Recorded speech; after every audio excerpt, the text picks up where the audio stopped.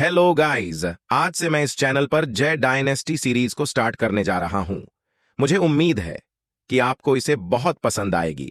इस कहानी की शुरुआत में हमें एक रेटिंग बताती है कि शेन, जो सॉयल में डाम शैंक की कल्टीवेशन होती है और मोटर डेसी रेस को डेवलप करने के लिए हमें वन अर्थ की इस पावर का यूज कर सकते हैं। वहीं असली पहचान इनके मियां हमेशा डीमन मारते रहते हैं। उन्होंने 100 साल पहले डीमन स्टेट के कई मेन सेक्टरों के सेंट्रल प्लेयर्स को मार डाला, जिसकी वजह से दुनिया खतरे में थी। लेकिन किंग यून के हेड ऑफ तियान चेंग जी ने एग्जीक्यूशन की मदद से डीएमआरसी को हराया। लेकिन इस बारे में किसी को पता नहीं है कि संसार में बचे हुए डीमन ब्लड ट्रासडी बेट्स में है।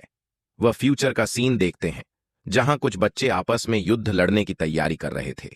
तभी झांग जियाओ नाम के एक लड़के से वहां रखा कुछ सामान गिर जाता है, जिस वजह से एक लड़की उसे सामान ठीक से रखने को कहती है। तो जियाओ फान कहता है कि मैं बाद में इसे ठीक कर दूंगा, और वहां से जाने लगता है। तभी वांग नाम के एक आदमी से टकरा जाता है, जो झांग जिया फान को ध्यान से चलने के लिए कहता है। उसके बाद झांग भागते हुए दूसरी जगह जाता है, और हर बार की तरह झांग पान वहां भी देली से टकराकर नीचे गिर जाता है। ये देखकर सभी लड़के उस पर हंसने लगते हैं, क्योंकि वेन ने झांग कई बार हरा दिया था, मगर फिर भी वह वैसे लड़ाई करना बंद नहीं करता और वेयर से कहता है कि तुम यह मत समझो कि तुमने मुझे 97 बार हरा दिया तो इस बार भी हरा दोगे।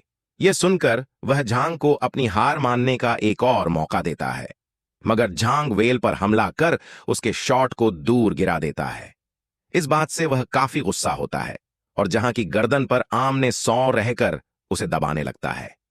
यह देखकर सभी बच्चे चिल्लाने लगते हैं, तो वह उनकी तरफ गुस्से में देखता है। वेयर से डरकर सभी बच्चे वहां से भाग जाते हैं। वहीं झांग की सांस घुट रही थी और मरने वाला था। तभी गोली अजीब नाम का एक एल्डर आकर वेयर की बेग पर एक ट्रे को अप्लाई करता है, जिसकी वजह से नॉर्मल हो जाता है और झांग को छोड़ देता है। दरअसल वह जानबूझकर झांग को नहीं मारना चाहता था। उसके ऊपर किसी बैड स्पीड ने कंट्रोल कर लिया था, जिसकी वजह से वह यह सब कर रहा था। फिर वे झांग से पूछता है कि क्या तुम ठीक हो, मगर झांग उसका कोई जवाब नहीं देता। तो गोली दोनों बच्चों से कहता है कि रोड बोन बहुत अच्छी होती है, उसकी वजह से तुम्हारे दोस्त झांग को हार माननी पड़ी, और जॉन को समझाते हुए कहता है कि अगर हम जीत नहीं सकते तो हमें हार माननी चाहिए। तुम्हारी इसी गलती की वजह से आज तुम्हारी जान जा सकती थी। वेल और झांग गोली को नहीं जानते थे और मौसम भी खराब था। इस वजह से दोनों वहां से अपने घर चले जाते हैं। उसी रात झांग एक बॉक्स को लेकर अपने घर से बाहर जाता है। तभी एक काला साया उसका पीछा करता है। वहीं गोली को भी काले साए के बारे में पता चल जाता है और वह भी उसका पीछा करने लगता है। तभी गोली देखता है कि बुरी पड़ जाए, वेल को अपने साथ ले जा रही है, इसीलिए जल्दी से आकर उसे बचा लेते हैं। फिर गोली उस ब्लैक शैडो से कहता है कि तुम हर बार बच्चों पर ही हमला क्यों करते हो? क्या तुम्हें डर है कि मुझ पर अटैक करने से मुझे पता चल जाएगा कि तुम कौन हो? यह सुनकर ब्लैक शैडो फिर से गोली पर हमला करती है, मगर गोली अपने ट्रैक से उसे रोक लेता है।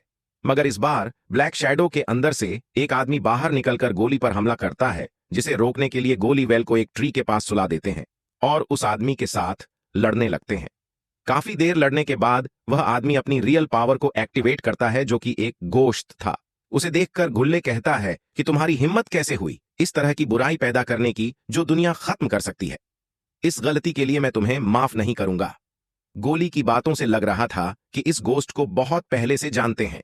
फिर अपने ट्रैक से एक शील्ड एक्टिवेट करते हैं, जिसे घोस्ट अटैक करके डिस्ट्रॉय कर देता है, जिसकी वजह से गोली को काफी चोट लगती है और उनके अंदर से एक कीड़ा निकलता है, जो कि वेल को बचाते समय उनके अंदर घुसा था, जो कि घोस्ट का था। उस कीड़े को देखकर गोली का पता चल गया था कि घोस्ट उनका पीछा कर रहा है और जिन मार्शल आर्ट्स का यूज कर रहा है वह भी नकली है। कीड़े के काटने की वजह से गोली की बॉडी में जहर भी फैल गया था। फिर घोस्ट गोली से कहता है कि मैं सिर्फ तुम्हारे लिए आया हूं। यह कहकर घोस्ट गोली पर अटैक करता है, जिसकी वजह से गोली काफी दूर जाकर एक स्टोन से टकराता है। फिर घोस्ट गोली से कुछ चीजें मांगता हुआ कहता है कि तुम मुझे वह सब दे दो, उसके बदले मैं तुम्हें जिंदा छोड़ दूंगा। दोनों की बातों से साफ हो गया था कि दोनों एक दूसरे को बहुत पहले से जानते थे, मगर फिर भी गोलियों से कोई चीज देने से मना कर देता है, जिससे घोस्ट बहुत गुस्सा होता है और गोली को मारने के लिए अपने डीमन कैरेक्टर को एक्टिवेट करता है। गोली अपनी जान बचाने के लिए शख्स राउंड फॉर्मेशन को एक्टिवेट करता है। वहीं डीमन गोली पर हमला करने के लिए आता है, मगर गोली अपने फॉर्मेशन ट्रैक से उसे रोक लेता है, जिसकी वजह से घोस्ट घायल हो गया था। घोस्ट का फेस देखने के लिए गोली उस पर एक मोती फेंक कर मार जिसकी वजह से उसका मास्क टूट जाता है, मगर फिर भी गोली उसका फेस नहीं देख पाता। फिर गुलशन ने थंडर पावर को एक्टिवेट करता है ताकि वो गोली को मार सके। तभी गोली अपनी बची हुई पावर से एक बड़े से फॉर्मेशन को एक्टिवेट करता है, जिसकी वजह से घोस्ट का हमला उसी पर भारी पड़ जाता है। यह देखकर घोस्ट वहां से भाग जाता है। वहीं झांग होश में था और यह सब कुछ देख रहा था, मगर गोली के वार से वह भी बेहोश हो गया था। कुछ देर बाद गोली झांग को उठाकर वेल के पास ले आता है, मगर गोली को दोनों बच्चों की बहुत चिंता होती है और सोचता है कि दोनों बच्चों को कैसे बचा सकता है। तभी उसे पेन होता है और अपने हाथों की तरफ देखता है तो उसे पता चलता है कि घोस्ट के कीड़े का जहर उसकी पूरी बॉडी में फैल गया है और कुछ ही समय में उसकी डेथ होने वाली थी। मगर गोली कुछ भी करके वेल और झांग को बचाना चाहता था, इसीलिए अपने पास रखी एक पिल खा लेता है, जिसकी जैसे गोली अब 3 दिन ज्यादा जिंदा रहेगा। मेल खाने के बाद गोली जांग को ठीक करने लगता है, क्योंकि गोश्त के साथ साथ गोली के पावर का इफेक्ट जांग पर भी हुआ था। गोली के पास से झांग को होश आता है तो झांग उससे मिलने से मना करता है और कहता है कि अगर तुम मिले तो जल जाओगे, मैं तुम्हें ठीक कर रहा हूं। फिर झांग गोली से वेल के बारे में पूछता है तो गोली बताता है कि तुम्हें उसकी चिंता करने की कोई जरूरत नहीं है, वह कल सुबह तक होश में आ जाएगा। मगर तुम दोनों की एक स्मॉल फैमिली है, फिर तुम ऐसी डेंजर जगह पर क्यों आए? तो झांग कहता है कि मुझे लग रहा था कि बारिश होगी, इसीलिए मैं तुम्हारे लिए खाना लेकर यहां आया था। यह सुनकर गोली समझ गया था कि यह सब किस्मत का खेल है। फिर गोली, जिसका दूसरा नाम लाओ न था, वह झांग से कहता है कि मेरे पास तुम्हें सिखाने के लिए कुछ प्रैक्टिस मेथड्स हैं, क्या तुम उन्हें सीखना चाहोगे? यह सुनकर झांग सोच में पेडीडीडीएच जाता है तो गोलियों से समझाता है, क्यों नहीं, स्किल की मदद से तुम पहले से और स्ट्रांग बन जाओगे। सुनकर झांग इस खेल को सीखने के लिए तैयार हो जाता है, मगर गोली ट्रिक से गाने से पहले झांग से वो शर्त मानने को कहता है, जो मेथड सीखने के बाद झांग इस बारे में किसी को नहीं बताएगा, चाहे वह कितना भी खास क्यों ना हो। उसके बाद उसे एंट्री की प्रैक्टिस दिन में एक बार जरूर करनी पड़ेगी, लेकिन प्रैक्टिस भी वह लोगों के सामने नहीं कर सकता, इसीलिए उसे रात में उन मेथड की प्रैक्टिस करनी होगी। और आखिरी शर्त थी कि एंट्री का तब यूज कर सकता है जब उसके सामने मरने के सिवा कोई और रास्ता न बचे। यह तीनों शर्तें सुनकर झांग थोड़ा सोच में पड़ डीडीएच जाता है, मगर कुछ देर बाद वह 3 शर्तें मान लेता है। फिर गोलियों से बताता है कि मेरे पास बस जिंदगी के आखिरी 3 दिन बचे हैं, उसके बाद मैं मर जाऊंगा, लेकिन फ्यूचर में अगर तुम्हारी जान को खतरा हो तो तुम मेरे दोस्त के पास जाना और उसे कहना कि तुम्हें यहां रहने वाले पूंजी ने तुम्हें भेजा है। उसके बाद गोली झांग को एक मोती देकर कहता है कि तुम इसके बारे में किसी को भी मत बताना, लेकिन जब तुम पूरी तरह सेटल हो जाओगे तो ऐसे किसी सेकंड वैली से नीचे फेंक देना। अब मुझे नहीं पता कि हम अगले जन्म में मिलेंगे या नहीं, लेकिन अभी जीने के लिए मेरे पास 3 दिन हैं, इसीलिए तुम अपने घुटने टेक कर मुझे मास्टर कहो। झांग भी गुल्ली को अपना मास्टर मान लेता है और उनके सामने अपना सर झुका आता है। यह देखकर गुल्ली बहुत खुश होता है। फिर झांग को कुछ मंत्र याद करने के लिए कहता है। वहीं अगले दिन सुबह बेल की आंख खुलती है तो खुद को घर से दूर पाता है। तभी उसे वह दिखाई देता है और वह दौड़ ढाकर उसके पास जाकर उसे जगाता है और उससे पूछता है कि मैं यहां क्या कर रहा हूं, क्योंकि मुझे याद है कि मैं कल रात घर सो रहा था। क्या तुम्हें पता है कि हम यहां कैसे आए? मगर झांग को गोली ने बताने से मना किया था, इसीलिए बेल को कुछ नहीं बताता और कहता है कि मुझे बहुत ठंड लग रही है, अब हमें घर चलना चाहिए। और दोनों भागकर घर जाने लगते हैं। तभी अचानक से रुक जाते हैं क्योंकि उन्हें अपना गांव कुछ अजीब लग रहा था, और जब वह गांव पहुंचते हैं तो उन्हें अंकल वांग मिलते हैं, जो बहुत दुखी और अकेले थे। वह बेल और झांग को देखकर चिल्लाने लगते हैं और कहते हैं कि आशा भूत है। यह सब देखकर झांग समझ गया था कि जरूर कुछ गड्ढे है, इसीलिए गांव के अंदर जाता है, मगर देखता है कि पूरा गांव तबाह हो गया है और सभी लोग मर चुके हैं।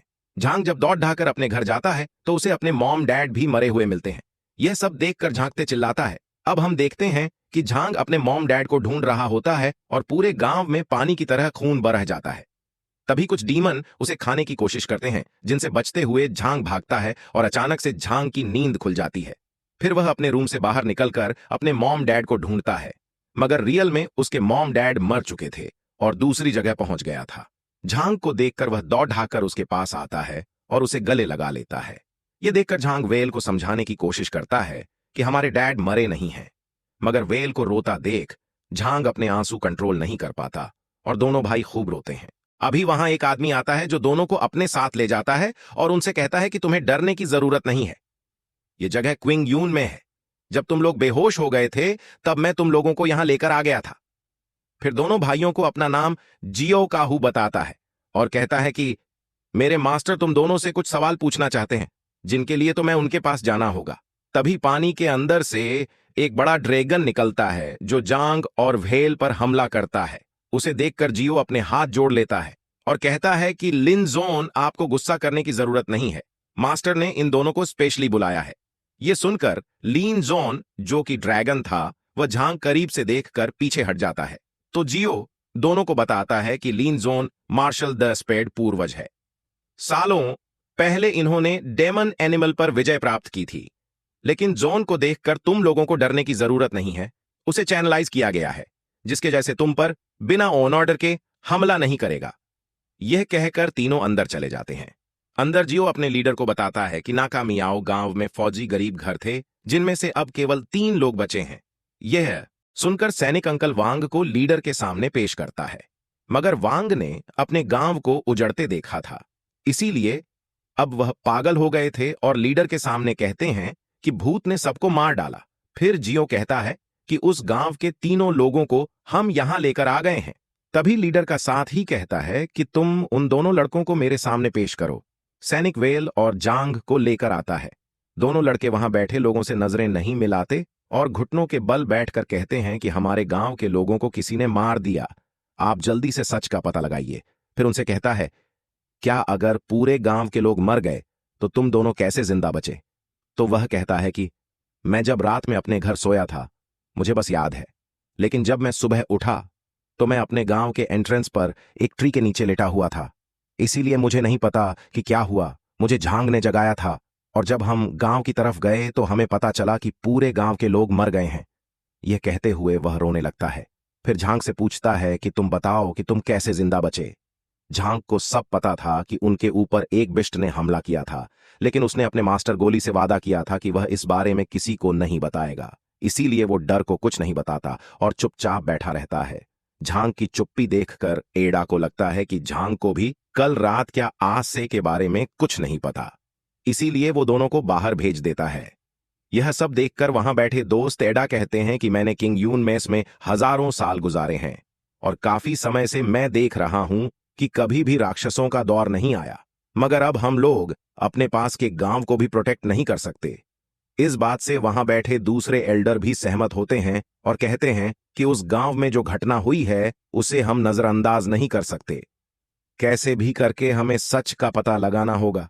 सभी लोगों की बात सुनकर वहां बैठे डर कहते हैं कि दोनों लड़के अकेले हैं और कई सालों से हमने किसी को अपना प्रशिक्षु नहीं बनाया है। मैं चाहता हूं कि आप लोगों में से कोई उन्हें अपना स्टूडेंट बना ले। यह सुनकर लीडर का एक भाई कहता है कि आज जब मैंने बेल को देखा तो मुझे अपने फ्रेंड की तरह लगा, तो क्यों ना मैं उसे अपना स्टूडेंट बना लो। लेकिन शांग के पास पहले से 200 स्टूडेंट थे, इसीलिए उसका भाई उसे ऐसा करने से मना कर देता है। इस बात से वहां बैठा एक और भाई सहमत होता है और कहता है कि उनमें से एक को मुझे अपना स्टूडेंट बनाना चाहिए, क्योंकि मेरी बेम्बू पैक में वह 7 लोग हैं। इस तरह से वहां बैठे सभी लोग झांग और वेल को अपना स्टूडेंट बनाना चाहते थे। ये सब सुनकर लीडर कहते हैं कि झांग दाज्यू ऊपर का स्टूडेंट बनेगा। अब मैं इस बात पर कोई और बहस नहीं चाहता और अब तुम सभी भाई केयरफुल रहना और जल्दी से पता लगाओ कि उस गांव के लोगों को किसने मारा है। वहीं वेल और झांग आपस में बातें करते हैं कि उन्हें अपने घर वापस जाना है, मगर फिर सोचते हैं कि अब हम कहीं नहीं जा सकते क्योंकि उनके पास अब घर नहीं रहा। तभी वहां जियो और लॉन्ग शॉपिंग आते हैं। जियो वेल को बताता है कि आपसे 2 लोगों के साथ रहोगे, तो वह पूछता है कि अगर ऐसी बात है तो झांग कहां रहेगा। यह सुनकर जियो कहता है कि तुम्हें झांग जियो फोन की चिंता करने की जरूरत नहीं है। केयूमैन में झांग के लिए भी कुछ सोच रखा है। तभी वहां दूसरे एडर आते हैं जो झांग को अपने साथ चलने कहते हैं, मगर झांग उनके साथ नहीं जाता। तो मिस्टर सोंग नाम का एक लड़का झांग से कहता है कि अब से हम दोनों भाई हैं तो हमारे साथ चलो। यह सुनकर वेल को पता चल गया था कि अब उन्हें अलग अलग रहना पड़ेगा, इसीलिए अपने भाई झांग से गले मिलकर वहां से चला जाता है। वहीं झांग सांग के साथ घर आ गया था। वहां के कुछ स्टूडेंट झांग के साथ खेलने लगते हैं क्योंकि वह बाकी सब लोगों से बहुत छोटा था। तभी वहां एक लड़कियां आती हैं जो सभी लड़कों को मारकर कहती हैं कि साहब ये क्या कर रहे हो, एक छोटे से बच्चे को धमका रहे हो क्या, तुम्हें शर्म नहीं आती। तो सभी लड़के कहते हैं कि हम तो सिर्फ जान के साथ खेल रहे थे, तो लड़की सभी से कहती है कि अभी दाजू फेंक पीक पर आया है और अगर तुमने इसे आगे से परेशान किया तो मैं सबको बता दूंगी कि तुम लोग काम नहीं करने के लिए पेट दर्द का बहाना करते हो। तभी वहां उस लड़की के मॉम डैड आते हैं जो दाजू के लीडर थे।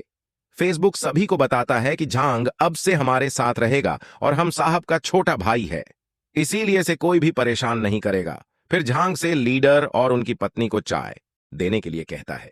सॉन्ग के बाद मानकर झांग अपने लीडर के लिए चाय लाता है और दोनों को घुटनों के बल बैठकर चाय देता है। उसके बाद सभी एक साथ मिलकर खाना खाने लगते हैं। फिर लीडर झांग से कहते हैं कि आज से 7 एड़ी का काम तुम करोगे। यह कहकर वो वहां से चले जाते हैं। फिर वो लड़की जिसका नाम लिंगा था, वह सभी से कहती है कि झांग को आपसे मैं ट्रेन करूंगी, इसीलिए कोई भी उसे परेशान नहीं करेगा। यह सुनकर सभी लोग लिंगा की तारीफ करते हैं और झांग को अपना खाना देते हैं। खाना खाने के बाद झांग उस मूर्ति को निकालता है जिसे उसे गोली ने दिया था। उसे देखकर झांग रेडिएशन करने लगता है। अगले दिन सुबह उठकर झांग बाहर निकलकर चारों तरफ देखने लगता है। तभी उसके ऊपर एक कुत्ता भौंकने लगता है तो लिंगा आकर झांग बताती है कि तू मैं इससे डरने की जरूरत नहीं है, यह मेरे डैड का डॉग है जिसका नाम रुबाब है और यह 100 साल से भी ज्यादा दिनों तक जिंदा रह सकता है। फिर लिंगा झांग से कहती है, क्या आज से तुमसे मेरी बात सुनोगे? तभी वहां सोंग आ जाता है जो झांग से कहता है कि आज मैं तुम्हें कल्टीवेशन करने के लिए ले जाऊंगा, इसीलिए तुम मेरे साथ चलो। यह सुनकर लिंगा भी उसके साथ जाती है।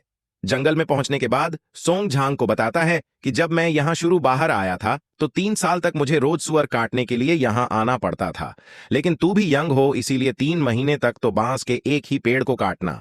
झांग कहता है कि मैंने पहले भी लकड़ियां काटी हैं, इसीलिए तो मैं चिंता करने की जरूरत नहीं है।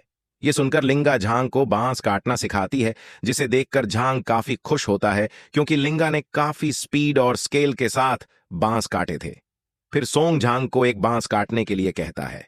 यह सुनकर झांग कहता है कि यह तो बहुत इजी है और बांस का आने लगता है, मगर सिंगल बांस को भी नहीं काटा था क्योंकि वह बांस कोई नॉर्मल बांस नहीं था। वह दाजू फेंक के फॉरेस्ट का काले गांठ वाला बांस था जिसे काटना आसान नहीं था, मगर उन बांस को काटने की प्रैक्टिस करने से नए प्रैक्टिशनर की पावर काफी हद तक बढ़ जाती है। वह उन बांस को काटने के लिए झांग रोज सुबह जल्दी उठकर काफी मेहनत करता है।